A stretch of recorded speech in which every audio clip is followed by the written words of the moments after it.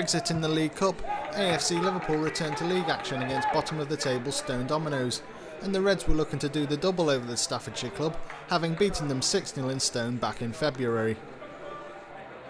Injuries and work commitments saw manager Paul Moore make several changes to the side that lost at Cheadle, including the return of Anthony Brown at centre-back and Daniel Hand in right midfield. There was an early chance for the home side after just a couple of minutes when Stone couldn't clear their lines following an AFC Liverpool corner, with the ball eventually sitting up for James Buckley, but the midfielder couldn't guide his effort into the top corner. And just a couple of minutes after that, Buckley had an even better chance to give the Reds the lead, collecting John Lawless's cutback, but in acres of space and with plenty of time, he couldn't find the target with his measured shot. Having hardly gotten out of their own half in the opening 10 minutes, Stone Dominoes had a great chance to take the lead when Dwayne Spence broke the offside trap, but with only Sean Lake to beat, the striker saw his low shot saved by the Reds goalkeeper before Darren Torpey tidied things up.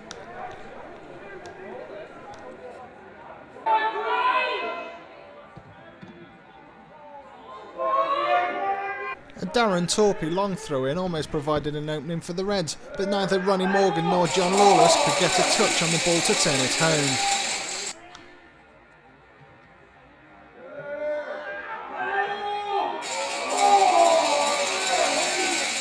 And from that resulting corner, the Reds again went close, but Lawless's delivery couldn't find the head of Nevil Picton nor the inside of the far post.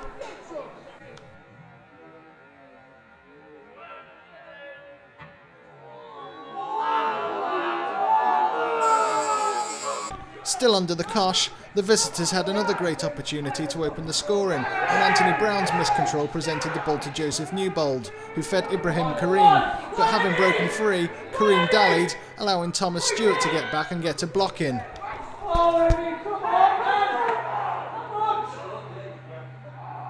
The deadlock was finally broken just after the half-hour mark, through AFC Liverpool's leading goal scorer.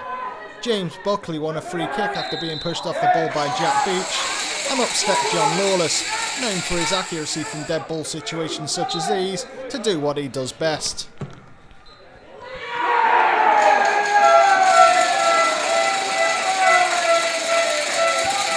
That was Lawless's 16th league goal of this season and his 25th overall.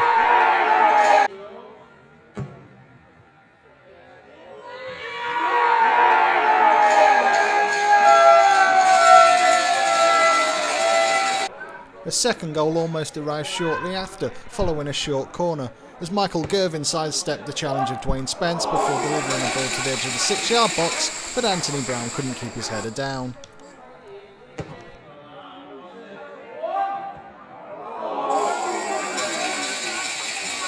However, the home fans didn't have to wait too much longer for that second goal, as this time Nevil Picton did connect his head to Lawless's delivery, nodding home from a yard out to claim his first goal for the club in 41 appearances.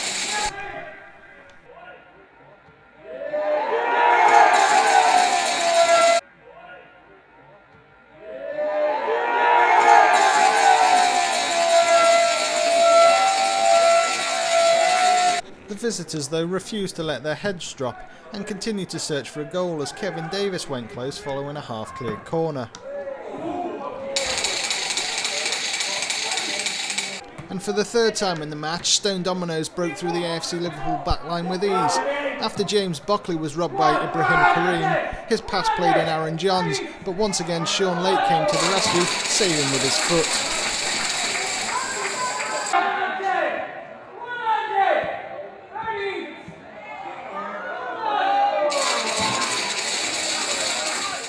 Reds manager Paul Moore tightened things up in the second half, and consequently chances were few and far between. A shake of the hips from John Lawless saw him escape the attentions of Kevin Davis to fire across the face of goal, but Ronnie Morgan was a yard off the pace to turn the cross home. The points, though, were sealed on 85 minutes when Ronnie Morgan latched onto a long ball forward before rounding Jake Ratcliffe to claim his second goal for the Reds.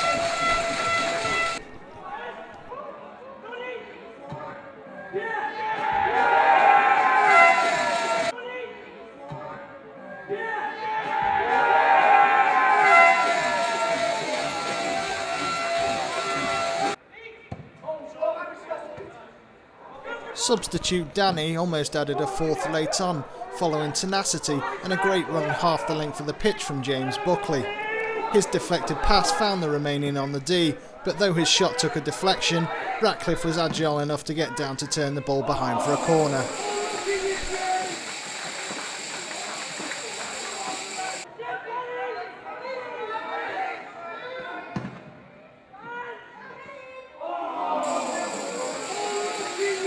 Following on from that corner though, the Reds were presented with a chance to add a fourth. Having appeared to have wasted the set piece, Anthony Brown won the ball back, gave it to James Buckley, whose ball forward was latched onto by Sean Harris, who was then upended by Ratcliffe. There was no disputing the decision, as Ratcliffe clearly caught the Reds midfielder, and Ronnie Morgan stepped up to smash the spot kick home to claim his second of the evening.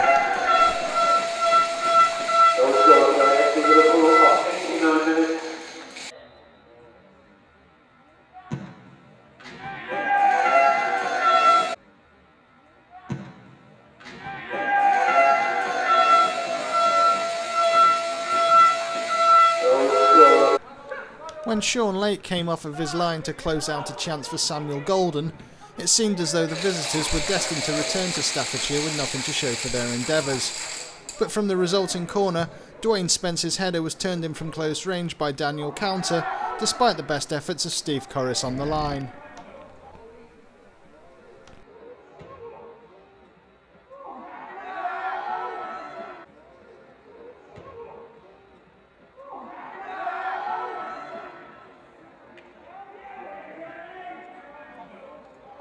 You said you wanted a response from your team after Saturday. Do you feel you got it tonight?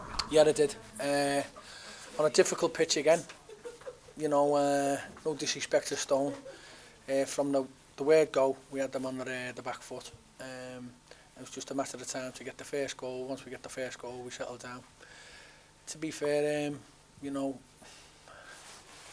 players will always take little bits of chances, and I encouraged them to play football. But there was times, you know, we overplayed, and especially with the conditions, and they got in once or twice. And again, Sean Lake's proved what type of goalkeeper he is. But as a whole, yeah, I've got the response that I wanted. It's another 3 points to where we want to go. So we're looking forward to Saturday now. I've had to make what I said after Saturday. I made about 5 changes. You know, Steve Corris has come back in and played. He's got 40 odd minutes under his belt. Young Tom Stewart's come back in, done very well again. Anthony Brown's played, hasn't kicked the ball for 3 months.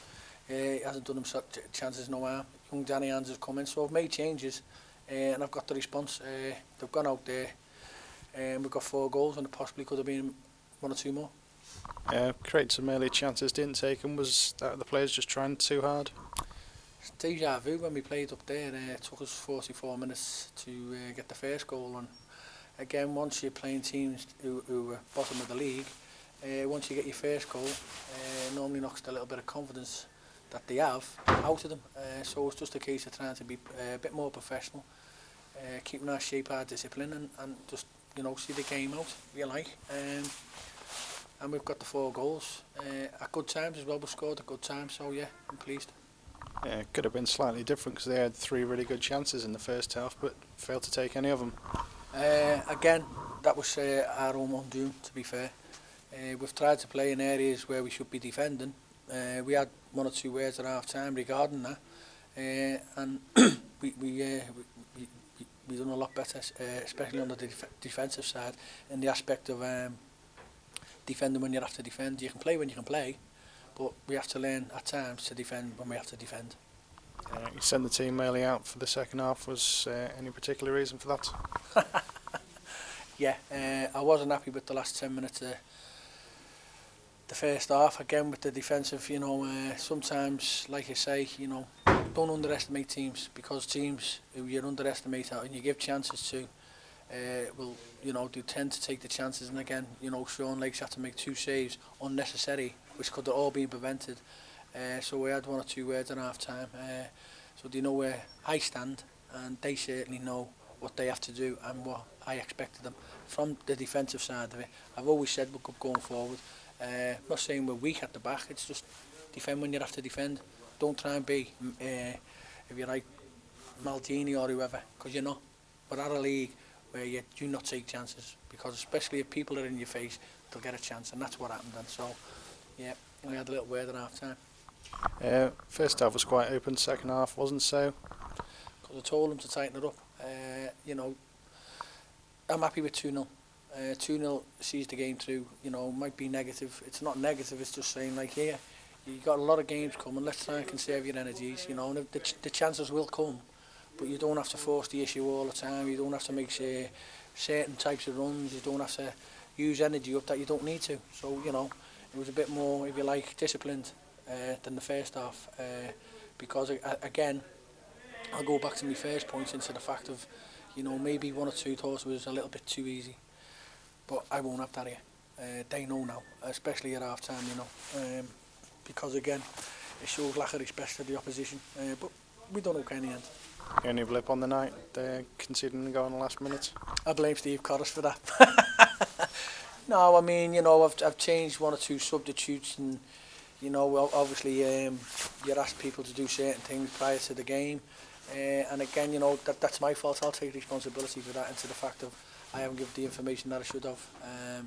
So I've given myself a slap on the hand. That won't happen again. And unfortunately that took us back into negative goal difference. Could have been 0. And now that you've told me, I'll slap myself in the face. Well, congratulations on the result tonight. Thank you very much, and Pat owes me money.